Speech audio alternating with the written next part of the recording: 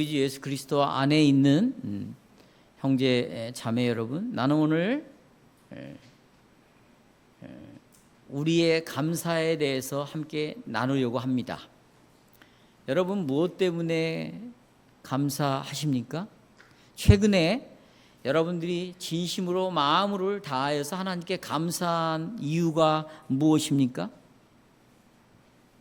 하나님께서 나에게 참으로 좋은 많은 것들을 주셨습니다.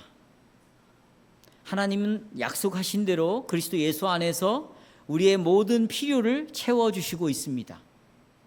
물론 혹시 우리 중에 오늘 밥을 굶고 오신 분들이 있습니까? 입을 옷이 없어서 옷을 입지 못하고 오신 분이 있습니까? 그런 분들은 아무도 없어요. 하나님 일용할 양식을 구하라고 말씀하셨고 그 양식을 반드시 주신다고 말씀하셨습니다.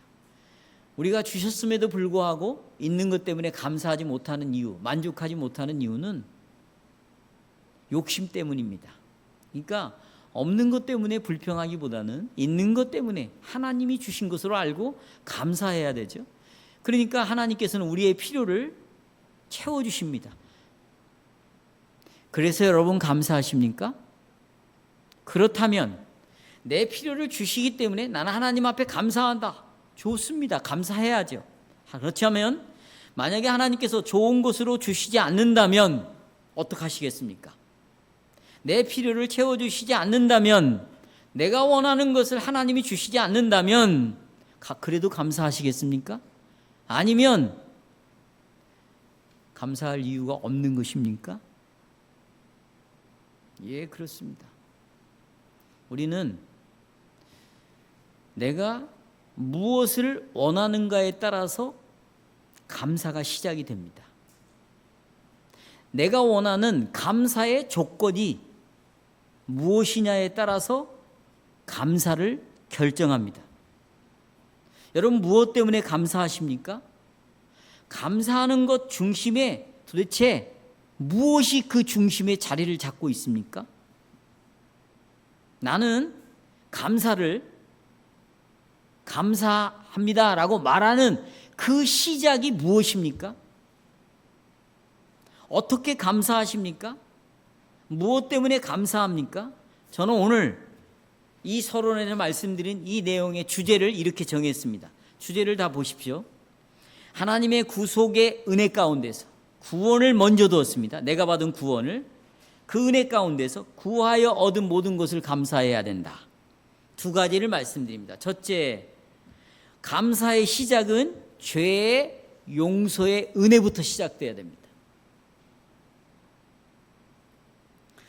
나는 감사를 어디서부터 시작하고 또 어떻게 감사하고 무엇을 감사해야 하는가, 다 같이 좀 고민을 해봤으면 좋겠습니다. 이 내용이 시편 65편의 말씀 속에 있습니다. 1절을 보시면 다윗은 일단 기도니까 하나님을 불렀어요. 그리고 1절에서 이렇게 말합니다. 하나님이여, 찬송이 시온에서 주를 기다려오며, 이렇게 말하고 있어요. 그러니까 우리나라 번역은 참 어렵게 번역을 했어요. 쉽게 말하자면 여러분 이런 것입니다. 시온에 하나님이 거기에 살고 계십니다. 시온은 어디입니까?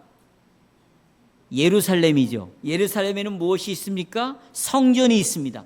성전을 시온이라고 말하는데 그 성전에 하나님이 거기에 계시기 때문에 나도 그 성전에서 하나님을 기다리고 있습니다 라고 말하면서 1절 후반절에 보시면 그 찬송하는 사람들이 주께 드린 서원이 있어요. 서원, 내가 이렇게 하겠습니다.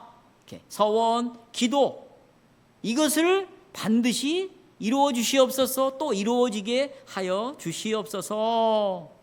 그러니까 서원을 이행한다라는 말 속에는 그동안에 다윗이 하나님께 서원을 이야기했겠죠.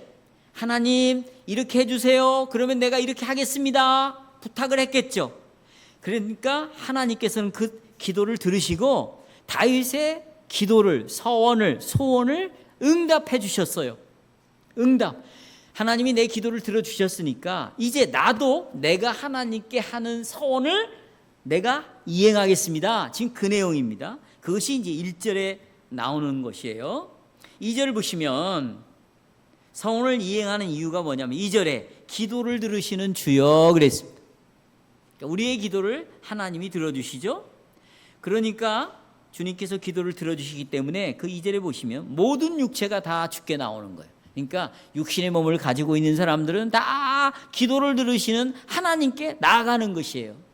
왜냐하면 우리는 여러분 피조물들은요 스스로 자가 발전, 자가 생산을 할 수 없어요. 피조물들이 왜 피조물인가? 의지하지 않으면 살 수 없는 것은 모두가 피조물입니다. 그런데 의지하지 않고 스스로 존재할 수 있는 건 그것은 하나님밖에 없습니다. 그러니까 우리는 의지해야 되죠. 의존해야 되죠. 그러니까 기도할 수밖에 없는 거예요. 그러니까 하나님의 도움을 받을 수밖에 없는 거죠. 그런 육체를 가진 인간들은 전부 하나님께 나오라 이렇게 말하는 것입니다. 그런데 그러면 여러분 우리가 하나님께 나가서 이제 기도를 하는데 하나님이 들으시는 기도는 뭘까요? 우리가 무엇이든지 하나님께 말하면 하나님이 다 듣고 그래 내가 그 문제 해결해 줄게 그런 분입니까? 만약에 우리가 하나님을 그런 신으로 이해하고 있다면 그때부터는 그 신은 여호와가 될 수가 없습니다. 그 신은 우상신이 될 수밖에 없습니다. 하나님과 우상신의 차이는 우상신은 내가 원하는 것을 뭘 이야기해도 그 신은 들어주는 신이에요. 그게 우상신이지만 여호와는 하나님은 자기 백성에게 하나님의 뜻을 알려주었습니다. 그리고 하나님께서 원하시는 뜻대로 구해야 하나님이 응답해 주시는 거예요. 그러니까 하나님의 뜻을 가지고 가야 하나님이 그 기도를 들으시고 우리를 응답해 주신다 그 말이에요. 그러면 이게 지금 65편은 다윗이 쓴 건데 다윗은 자신이 도대체 무엇을 구했는가? 하나님께서 다윗에게 무엇을 주었는가? 그리고 다윗은 무엇 때문에 지금 감사한다고 말하고 있는가? 이 세 가지. 무엇을 구했는가? 하나님이 뭘 줬는가? 무엇 때문에 감사하는가? 이 세 가지는 다 뭐와 연결되냐면 하나님이 주시는 뜻과 전부 관련이 되어 있어야 돼요. 그러니까 우리는 기도하기 전에 내가 하나님께 기도할 내용을 생각해야 돼요. 내용을. 하나님의 뜻과 맞는 것인가? 그렇죠? 자, 여기 보시면 3절에 그 다윗이 구하는 내용이 나오는데 3절 보십시오. 죄악이 나를 눌러 죄악이 나를 이겼다 이렇게 말하고 있습니다. 이게 바로 하나님의 뜻이에요. 죄악이 나를 눌렀다. 다윗의 소원은 죄악이 나를 눌러버린 거에 대하여 기도하고 있는 거예요. 이게 하나님의 뜻이에요. 우리는 이런 것을 하나님의 뜻이라고 생각하는 사람을 찾기는 너무너무 힘들어요. 기도하는 사람들을 기도를 내용을 보면 다윗은 그러나 바로 이것이 하나님의 뜻이라고 생각하고 있었습니다. 그런데 여기 재밌는 단어가 있어요. 죄악이 나를 이겼다. 이 말은 과거에 다윗이 죄를 지어가지고 죄로 인하여 자빠졌다 그런 뜻이 아닙니다. 이게 지금 히브리어 동사의 시제가 완료형으로 되어 있는데 이 완료형은 어떤 의미일까요? 지금 현재 계속해서 그리고 앞으로 계속해서 이 죄가 나를 누를 것이다 이 말이에요 지금. 그러니까 어쩌다가 한번 다윗이 죄에 자빠진 게 아닙니다. 다윗은 항상 죄에 기울어져 있다. 죄의 성향에 기울어져 있다. 이걸 지금 이야기하고 있는 것입니다. 그러니까 하나님 내가 그렇게 죄에 의하여 자빠지고 있는데 하나님 이 죄에서 내가 죄를 이기게 해 주시옵소서. 내가 죄를 짓지 않게 해 주시옵소서. 이렇게 기도한 것이 아니에요. 여러분 우리는 이 기도에 굉장히 문제가 있는 것을 발견하셔야 돼요. 하나님 내가 이제부터 죄를 짓지 않게 해주십시오. 내가 죄를 짓지 않겠습니까? 얼마나 거룩한 기도예요. 얼마나 하나님의 뜻에 맞는 기도예요. 이 기도의 내용만 보면 기도에 문제가 없다고 생각을 하는 거예요. 근데 이 다윗의 기도와는 다른 기도를 하고 있는 거죠. 어떻게요? 그 기도가 틀렸다는 게 아니에요. 다윗은 내가 이 죄에서 벗어날 길이 없습니다. 호흡이 있는 한 나는 계속 죄를 짓고 있습니다. 그러니 하나님 이 죄에서 벗어나게 해주세요. 죄를 안 지켜 주세요. 이런 기도를 한 것이 아니라 이렇게 말합니다. 3절 후반에 보면 다윗의 소원은 우리의 허물을 주께서 용서해 주십시오. 주님께서 자기의 죄를 사하여 주시기를 기도하는 것이에요. 이것이 하나님 뜻에 맞는 기도입니다. 여러분, 예수님께서는 이방인처럼 기도하지 말라고 그랬죠. 이방인들의 기도는 뭡니까? 중언부언하는 거예요. 그런데 보세요. 그들의 중언부언하는 기도의 내용이 뭐냐면 전부 탐심입니다. 전부 욕심 때문에 나오는 내용들이에요. 이거 해주세요. 저거 해주세요.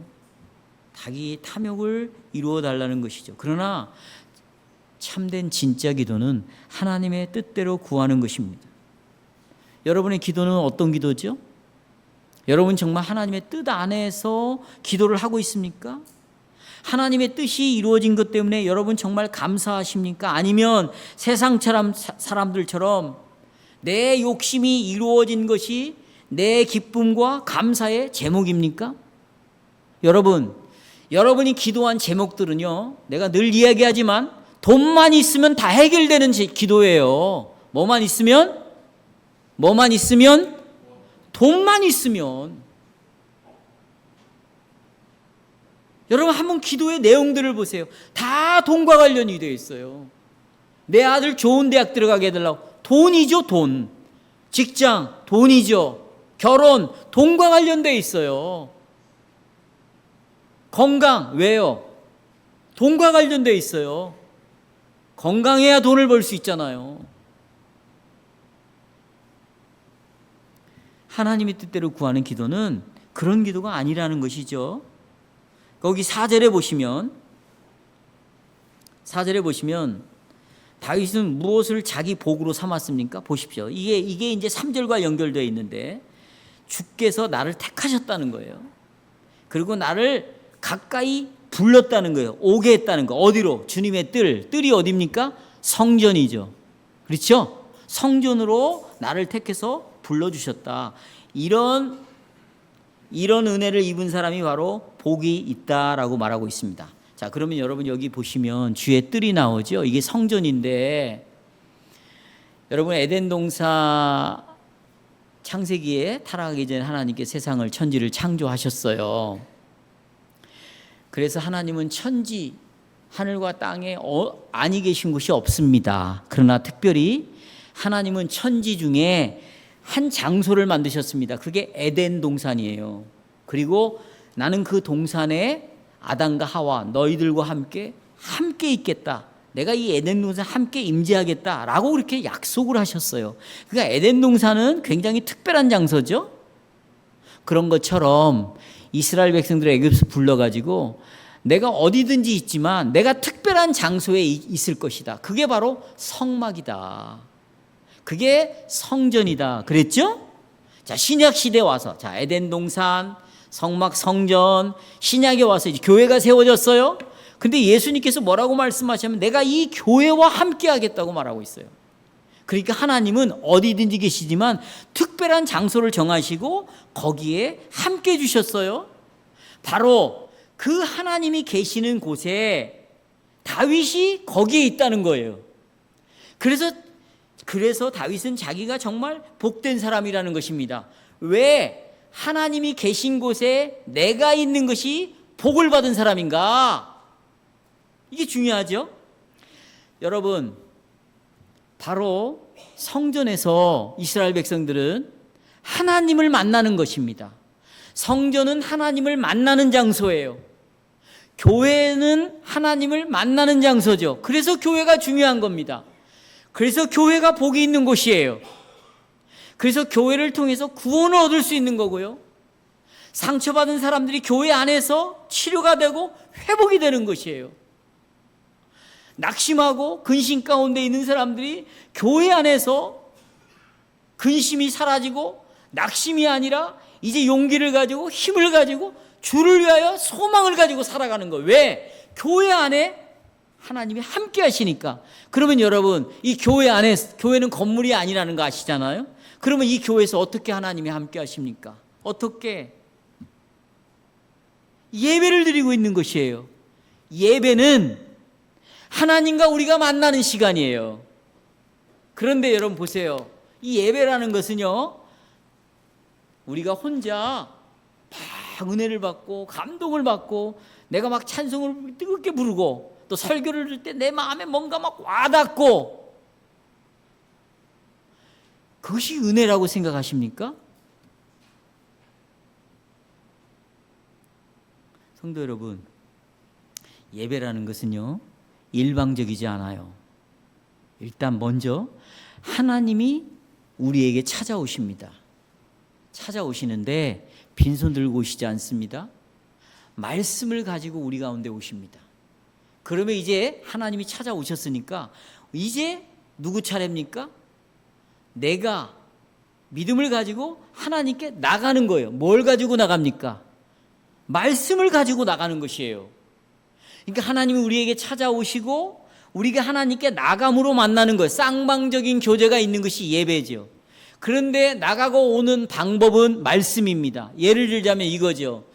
물이 이 안에 담겨져 있습니다. 근데 물을 먹으려면 제가 도구가 있어야 돼요. 방법이 있어야 돼요. 그게 컵인 거예요. 하나님이 우리를 찾아오시고 우리가 하나님께 나가는 도구가 있어야 돼요.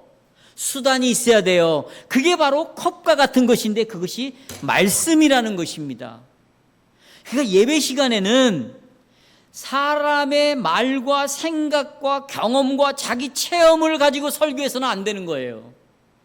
이 성도들이 문제가 있어. 그러니까 내가 설교를 통해서 이 문제점을 좀 지적해야 되겠다. 그러면 안 된다는 거예요. 그렇게 해서는 이 설교를 통하여 성도들이 하나님을 만날 수가 없습니다. 오로지 선포된 말씀을 원래 그대로 전달해 주면 되는 것이에요. 또 여러분들도 하나님을 만날 때 여러분의 느낌, 감정, 체험, 경험 이런 걸로 만날 수가 없는 것이에요. 우상들은 그렇게 만날 수 있어요. 어떻게 만나느냐? 말씀으로 만나는 거죠. 그러니까 찬송을 부를 때 나 주를 멀리 떠났다 이제 옵니다. 그건 자기 경험이죠. 그건 좋은 거예요. 소중한 거예요. 우린 멀리 떠났다 다 주께로 돌아왔어요. 경험이죠. 그러나 그 경험으로 만나면 안 된다는 거예요. 말씀으로 찬송을 부르라는 거예요. 말씀으로. 그래서 500년 전부터 시편을 가지고 계속 찬송을 불러왔어요. 여러분 유럽의 나라들, 미국의 캐나다, 호주 시편 찬송을 대부분 부릅니다. 근데 우리나라는 이걸 버려버렸어요. 말씀으로 나가야 돼요. 기도할 때도 자기 뜻대로 자기 마음대로 기도하면 안 돼. 정말 말씀에 근거해서 우리가 기도로 하나님 앞에 나가는 거죠. 그러니까 예배 순서는 하나님 우리를 찾아오시고 우리는 하나님께 나아가고 이 순서가 예배 속에 있는 건데, 이걸 통해서 여러분, 이 예배를 통해서 우리가 죄의 용서를 받는 거예요. 복음 설교를 통해서 예수님이 우리를 위하여 이렇게 죽으셨구나, 우리 죄가 용서되어 주는 것 뿐만 아닙니다. 죄 용서로 끝나는 것이 아니에요. 하나님 우리의 아버지이시구나, 그 아버지는 자녀를 한 번도 잊은 적이 없구나, 지금도 나를 지키고 보호하시는구나, 그 증거가 무엇인가, 나를 이 자리에 불러주셨구나. 더 멀리 가보면 하나님이 나를 선택하셨구나, 그리고 나를 이 자리에 오게 했구나, 이 설교를 듣게 하시는구나, 이 말씀으로 내 영혼을 회복시키시는구나, 이 말씀으로 하나님이 어떤 분인가를 알려주는구나, 그리고 우리 안에 성령께서 이 말씀으로 우리 안에 역사를 하시는 것이죠. 그래서 4절 후반절에 보면 다윗이 이렇게 말합니다. 감사를 하는데요, 우리가 주의 집은 성전이죠. 지금 신약시대로 말하면 교회, 곧 이 성전이 너무너무 아름다운 것 때문에 자기가 만족한다는 거예요. 이 성전에서 하나님이 우리를 만나주시고 우리가 하나님을 만남으로 일어나는 수많은 일들 때문에, 기도를 통하여, 찬송을 통하여, 말씀이 선포되는 것을 통하여 너무 그 안에 기쁨이 넘치는 거죠. 너무 이 모습이 아름다운 거예요. 그러니까 만족한다는 것이에요. 그래서 시편 23편에 보면 여호와가 나의 목자시니 내가 뭐가 없다고 그래요? 부족함이 없다. 나는 만족한다. 왜? 하나님이 나를 만나주시니까. 그리고 그런 하나님을 만남으로 야, 이 세상에 진짜 하나님은 여호와밖에 없구나. 그래서 제1계명으로 돌아가는 거예요. 여호와 이외에 뭐가 없어요? 다른 신이 없는 거예요.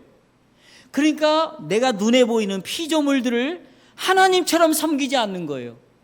돈을 하나님처럼, 신처럼, 내 건강을 신처럼, 내가 가지고 있는 계획에 따라 움직여지지 않는 거예요. 그 피조물을 신뢰하는 대신에 나를 만나주시는 여호와 하나님만을 유일한 신으로 믿고 따라가는 거죠.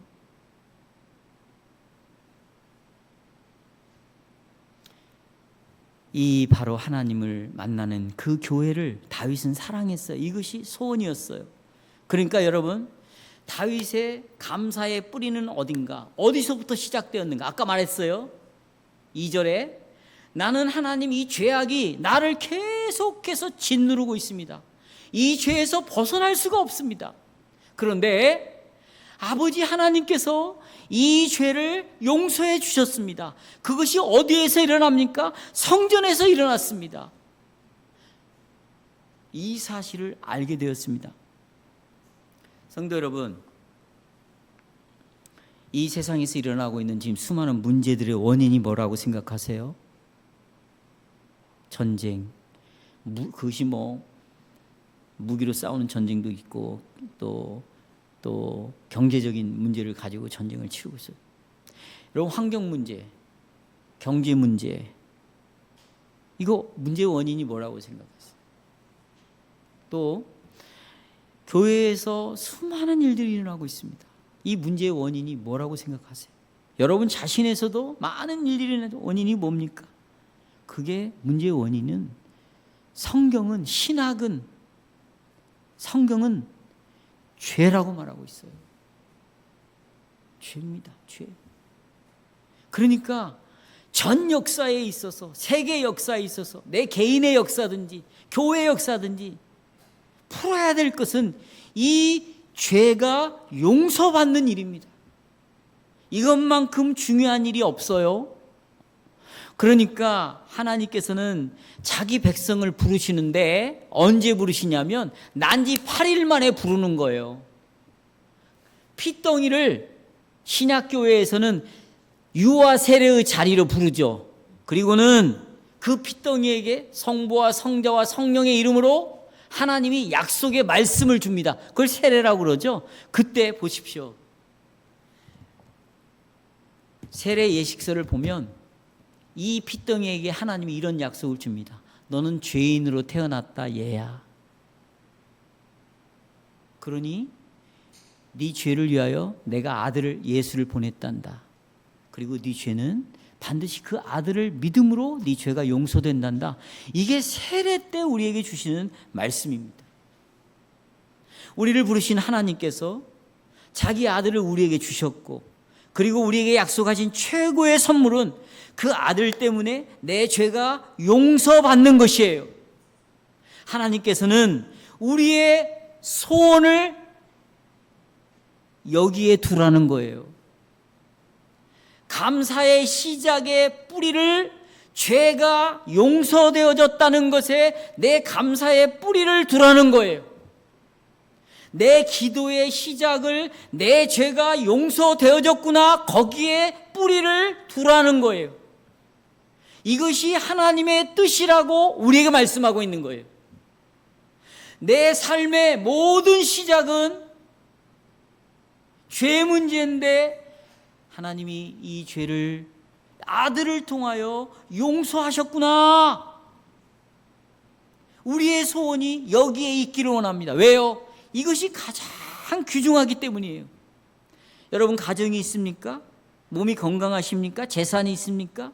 이런 것들이 다 우리에게 가장 소중한 선물이라고 여기고 있습니까?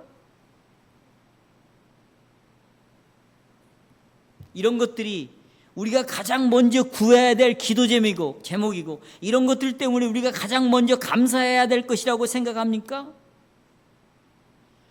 부자와 나사로를 읽어보면 부자는 이 죄를 용서받는 풍성함을 경험하지 못한 채 물질을 소유하고 있었지만 죄를 용서받지 못하고 썩어질 것을 안고 썩어진 존재예요. 성도 여러분, 이 돈이 어떻게, 이 물질이 내 죄를 용서할 수 있겠습니까? 내 건강이 어떻게 이 죄에서 나를 건질 수 있습니까? 여러분이 가지고 있는 그 화려한 이력들이, 여러분의 든든한 직장이 어떻게 마귀의 권세로부터 나를 건져낼 수가 있겠습니까? 이 세상의 대부분의 것들은 다 물질로 해결할 수 있고 과학으로, 의학으로 다 해결할 수 있어요. 그러나 죄만큼은 이 세상에 있는 모든 학문이, 모든 똑똑한 사람들이 다 모여도 우리의 죄를 해결할 수가 없는 것이에요.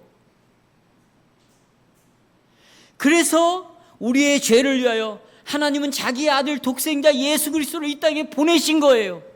그 누구도 해결할 수 없는 죄를, 그 누구도 이길 수 없는 죄를, 그 누구도 이 죄로부터 구원할 수 없기 때문에 하나님의 유일한 아들, 내가 곧 길이요 진리요 생명이니 나로 말미암지 않고는 구원을 얻을 수 없다, 아버지께로 갈 자가 없다고 말씀하시는 그 예수 그리스도를 이 땅에 보내셨어요. 그렇다면 우리의 죄 문제는 누구도 해결할 수 없는 문제예요. 죄의 용서의 문제는 그 아들이 아니면 해결할 수 없는 것이라면 이 죄가 용서받았다는 것은 내가 얻은 것 중에 가장 중요한 보물이요, 가장 놀라운 선물이에요. 그렇기 때문에 내 죄가 용서받았는 것 때문에 내가 소유한 어떤 것들도 다 배설물로 여겨야 된다는 거예요.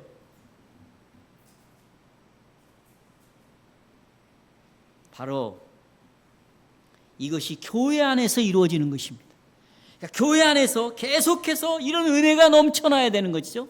감사가 넘쳐나야 되는 거예요. 이것 때문에 기도가 계속해서 이어지는 것이죠. 왜요? 이것만큼 놀라운 선물이 없으니까. 이제 두 번째로 넘어갑니다. 감사에서부터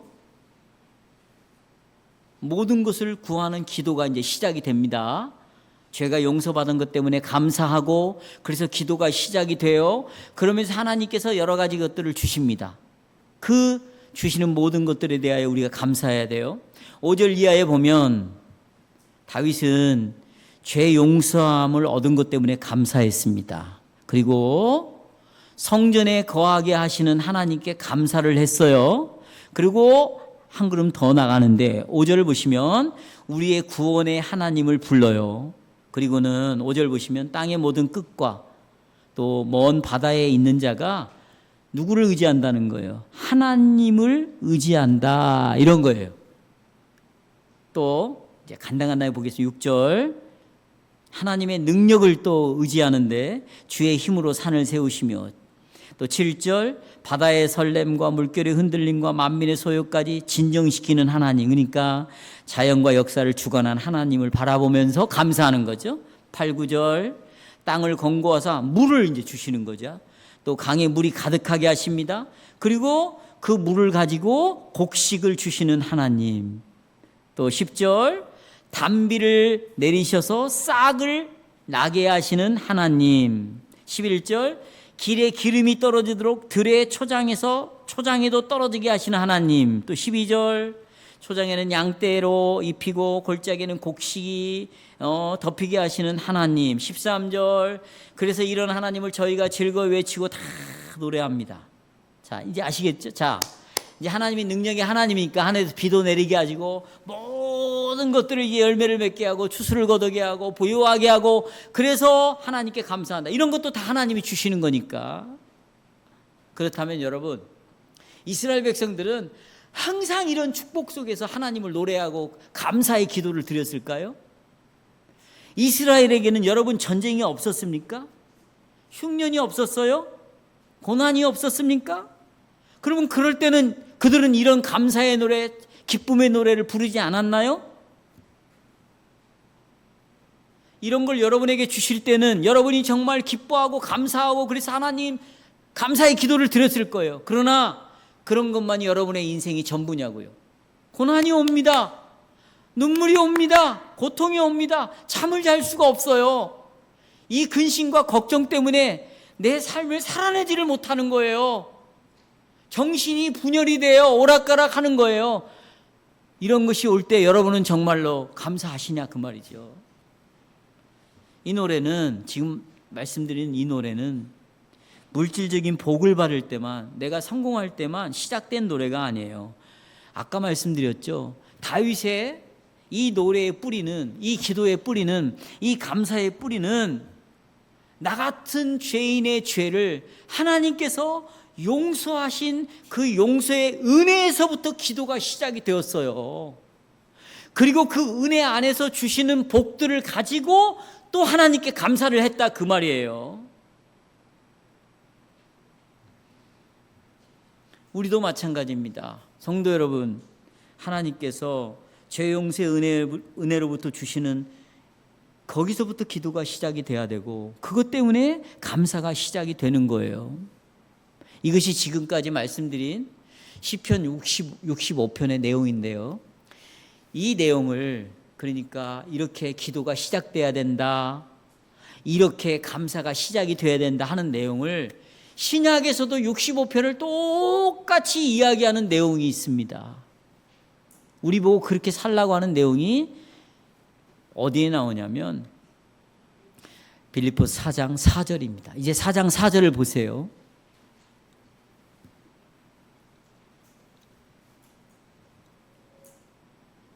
주 안에서 항상 기뻐하라 그랬어요. 이게 지금 그 내용입니다. 주 안에서.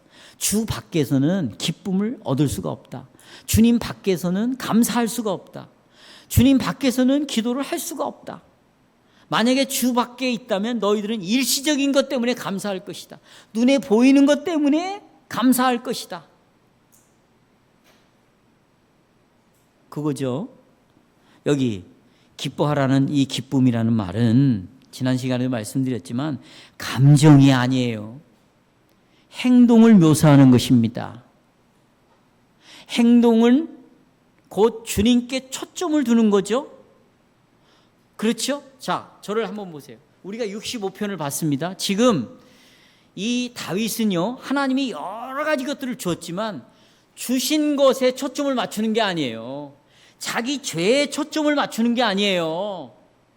하나님이 여러 가지 것들을 주셨는데 그걸 초점을 맞추는 게 아니라 죄를 용서하시는 하나님께 초점을 맞추는 거죠. 이런 것들을 주시는 하나님을 의지하는 거예요. 그러니까 감사나 기쁨은 감정이 아니라 행동이죠. 어떤 행동? 주님께 초점을 맞추는 행동이에요. 아멘이세요? 여러분, 우리가 행위를 말할 때요, 가장 큰 행위는 여호와께 초점을 맞추는 행위가 있어야 됩니다. 예. 그러니까 다윗은 자기가 날마다 죄에 짓눌려 있지만 그 죄에 초점을 둔 게 아니에요. 죄를 용서하시는 하나님께 초점을 뒀어요. 여러분, 기독교의 신앙이 문제가 뭔지 아세요? 모두가 다 자기 자신에게 초점을 두고 있다는 거예요. 내가 은혜를 받았느냐 안 받았느냐. 자기 자신. 나에게서 지금 어떤 일이 일어나고 있느냐. 자기예요. 내가 건강하냐 안 하냐, 내가 돈이 있냐 없냐, 내가 지금 잘 사냐 못 사냐, 자기에게 초점을 맞추고 있어요. 여러분, 이제 제발 자기 이야기 좀 그만하세요. 자기 남편 이야기 좀 그만하세요. 이제 교회에서 아내 이야기 그만하세요. 자식 이야기 그만하세요. 기독교는 그런 종교가 아니에요. 여러분, 우리는 그러니까 내가 가지고 있는 문제가 풀려야만이 감사가 나온다고 생각해요. 이 문제를 풀어달라고 기도를 하는 거잖아요, 지금. 여러분, 이런 문제가 풀리면 여러분 감사가 나올 것 같아요? 문제가 풀리면 기도가 나올 것 같아요? 문제가 풀리면 정상적인 신앙생활을 할 것 같아요? 기독교는 문제가 풀려서 신앙생활을 하는 종교가 아니에요. 문제가 있습니까? 내버려 두세요. 그리고 초점을 그리스도를 바라보세요. 하나님이 하시는 일을 보세요. 그래야 이 문제를 초월할 수 있는 거예요. 이 문제를 이겨낼 수 있는 거예요. 아멘이세요? 그런데 우리는 계속해서 문제만 바라보고 있어요. 이게 마귀가 여러분을 넘어뜨리는 방식이에요. 문제가 해결되면 또 문제가 기다리고 있잖아요. 해결되면 또 해결해야 될 일이 있잖아요. 어떻게 하실 건데요? 주님만 바라봐야 주 안에서 비로소 기쁨이 생기는 겁니다. 왜요? 내가 이런 처지와 상황에 있지만 예수 그리스도께서 내 대신에 내 자리에 와서 내가 받아야 될 진노와 저주를 받으시고 나를 건져내서 하나님 아버지의 자녀로 만들어줬지 않냐. 하나님은 내 아버지가 되고 나는 이제 하나님의 자녀가 되었다. 이 아버지는 결코 나를 떠나지 아니하시고 나를 버리지 아니하시고 나와 함께 하시며 내 모든 문제를 이분이 인도하시는데 내 생각을 바꾸시고 내 마음을 바꾸심으로 이 문제를 바라보게 하신다. 따라서 이 문제가 내 앞에 있다 할지라도 이제는 이 문제를 바라보는 시각이 바꿔졌고 내가 어떤 고통이 온다 할지라도 고통을 대하는 내 심령이 바꿔졌기 때문에 나는 주 안에서 뭐 할 수 있다? 감사할 수 있다. 기뻐할 수 있다 이거예요. 이런 사람들은요, 성도 여러분, 이런 사람들은 이제 4장 5절 보세요. 너희 관영을 어떻게? 모든 사람에게 알게 하라. 이런 사람들에게 주 안에서 이제 감사가 나옵니다. 기쁨이 나옵니다. 그러면 뭐가 나오냐면 관용이라는 것이 나와요. 여기 고린도후서 10장 1절을 보시면 바울은 예수님이 온유하고 관용하셨다 이렇게 말하고 있어요. 그러니까 온유와 관용을 같이 사용하고 있어요. 왜요? 이 단어가 거의 비슷한 뜻을 가지고 있습니다. 이것을 우리는 잘 알고 있죠. 예수님이 온유하시다, 관용하다. 이게 어디에 나오냐면 빌립보서 2장 5절을 보세요. 저를 보세요. 예수님께서 너희는 이 마음을 품으라. 곧 그리스도 예수의 마음이니. 예수님은 하나님이셨잖아요. 그런데 한 번도 내가 하나님이다. 너희들 나 하나님처럼 대우해. 나 하나님처럼 섬겨. 이런 말을 한 적이 없어요. 뺨을 때리면 맞았어요. 겉옷을 벗겨가면 빼앗겼어요. 속옷까지 달라고 그러면 속옷까지 줬어요. 그분은 자기의 하나님 되심을 주장하지 않으셨어요. 당장이라도 그들을 불을 내려서 몰살시킬 수 있는 분이에요. 그러나 끝까지 그분은 인내했습니다. 자기를 죽이는 자들까지라도 그들에 대하여 친절하셨어요. 관대하셨어요. 온유하셨어요. 왜요? 바로 경건하지 않는, 이렇게 하나님을 배반하고 하나님을 부정하고 자기가 신이 되어서 하나님처럼 살아가고 하나님을 떠난 이 죄인들을 구원하기 위하여서 그분은 끝까지 관용을 보이셨어요. 어떤 마음으로? 온유한 마음으로. 그래서 나는 온유하고 겸손하니 내 멍에를 메고 배우라고 말씀하시잖아요. 우리의 구원을 위하여 그분은 관용하셨어요. 관용. 그러니까 정말 주 안에서 내가 이 죄가 용서되어지고 은혜를 입어서 정말 내가 하나님께 정말 놀라운 감사의 선물을 받았구나 이렇게 생각하는 사람들은 이제 자기 삶 속에서 관용이 나옵니다. 주위에 있는 사람들의 죄를 지적하지 않아요. 죄를 들춰내지 않아요. 왜? 내가 죄 용서받았으니까.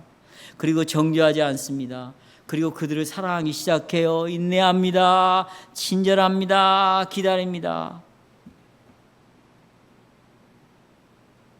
여러분 주위에 있는 사람들이 여러분을 볼 때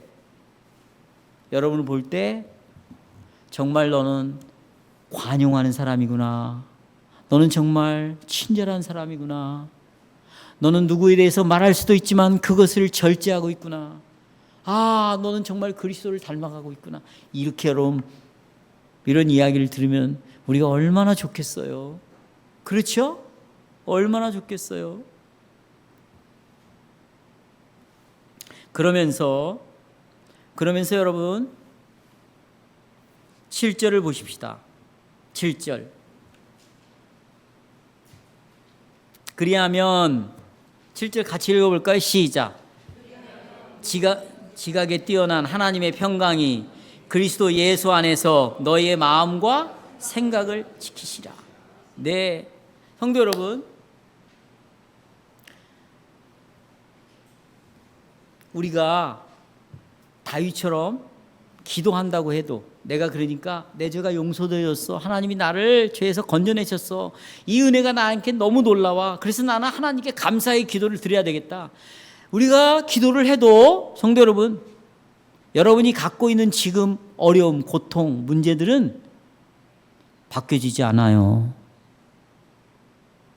하나님께서는 우리가 기도를 한다고 해도 여전히 우리를 어디에다가 두냐면 이 저주받을 세상에, 죄로 인하여 멸망받을 세상에 그대로 둡니다. 그리고 여전히 고통을 경험할 거예요. 여러분의 조건은 바꿔지지 않아요. 물론 그런 사람도 있겠죠. 바꿔지지 않습니다.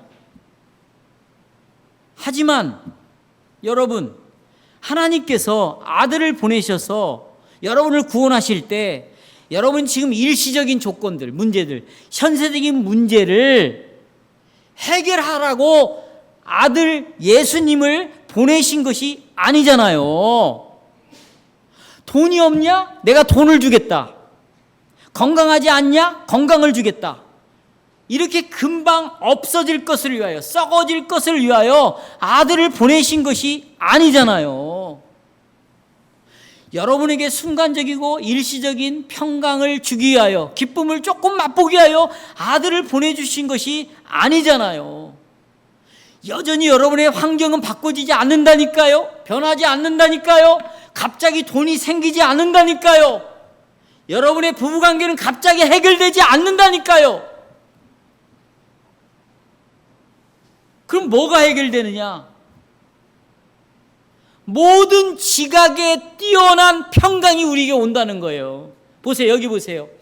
모든 지각에 뛰어난, 지각은 뭐예요? 우리의 이성의 생각이에요. 이 생각을 뛰어넘는 하나님의 평강이 우리에게 온다. 지금 내가 처해진 이 상황에서는 평강을 누릴 수가 없습니다.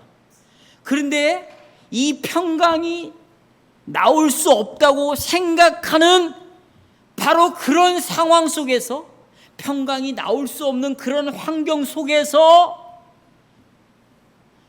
평강을 누릴 수 있는 지각이 생긴다는 거예요. 하나님께서는 상황을 변화시키는 것이 아니라, 물론 그렇게도 하시겠지만 세상을 바꾸는 것이 아니라 우리의 마음과 생각을 바꾸신다는 거예요. 나를 변화시킨다는 거예요. 그래서 정말 죽도록 힘든 그런 상황에서도 감사하게 만든다는 거예요. 감사의 기도를 하게 만든다는 거예요. 이 뿌리가 뭐냐? 내가 하나님의 은혜를 입은 것 때문이에요. 성도 여러분, 말씀을 맺겠습니다. 성찬이 있으니까 모든 것이 변할 것이에요. 여러분이 가지고 있는 소유도 다 변할 것입니다. 없어질 것이에요. 몸도 변할 것입니다. 또 여전히 내가 하는 일 때문에 압박을 받고 스트레스를 엄청 받을 거예요. 공부에 부담도 가지고 있을 거예요. 또 여러분과 저는 이 세상에 적응하기 위해서 굉장히 고통의 눈물을 흘리게 될 거예요. 여러분과 저는 늙어갈 거예요. 병들어 갈 거예요. 많은 결핍이 생길 거예요. 그러나 이런 외적인 변화에도 불구하고 지각을 초월하여서 우리의 생각을 초월한 그 평강, 이해를 초월하는 그 평강, 예수님께서 나를 죄를 용서하시고 하나님과 나 사이에 화평의 관계를 이룬 그 평강으로 우리의 마음과 생각을 지키실 것입니다. 그래서 하박국 3장 17절을 보십시오. 이제 결론입니다. 이게 17절. 무화과 나무가 무성치 못하대요. 포도나무가 열매가 없대요. 올리브 나무에서 소출이 없어요. 밭에 식물이 자라지를 않아요. 양이 없어요. 외양간에 소가 없습니다. 하박국은 이런 하나님의 심판이 올 거라는 걸 알았거든요. 그런데 여기에 초점을 두지 않았어요. 이걸 바라보지 않았어요. 뭘 바라봤는가? 18절을 보십시오. 뭘 바라봤어요? 난 여호와로 인하여 뭐하래? 즐거워하래. 누구를 바라보고 있어요? 여호와를 보고 있어요.